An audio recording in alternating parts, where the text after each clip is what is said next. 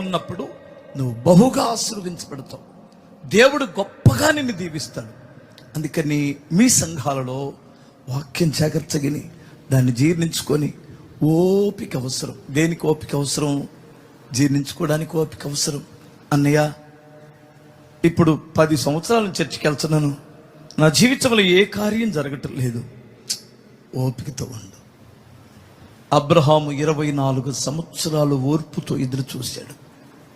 24 సంవత్సరాలు ఓర్పు పట్టాడు. విశ్వాసములో సన్నగిలలా. నీ జీవితంలో అప్పులు ఇంకెప్పుడు తీరుతాయి అన్నయ్య? నా జీవితంలో ఇంకెప్పుడు సొంత ఇల్లు లేదు, అసలు మేము ఎంత అవమానాలు పాలవుతున్నామో, జీవితానికి సుఖం లేదు, ఎప్పుడు వద్దిల్లే, ఎప్పుడు వద్దిల్లే, ఎప్పుడు వద్దిల్లే. దేవుడు ఇస్తాడా ఇస్తాడా ఇస్తాడన్నప్పుడు, మీరు చెబుతున్నప్పుడు ఇస్తాడన్నప్పుడేమో కొంచెం విశ్వాసం వస్తుంది, తర్వాత ఏమో నీరసం వచ్చేస్తుంది. బాబు ఇస్తాడా? ఓపిక పట్టు. ఇస్తాడు. ఇస్తే శ్రేష్టమైనదే ఇస్తాడు.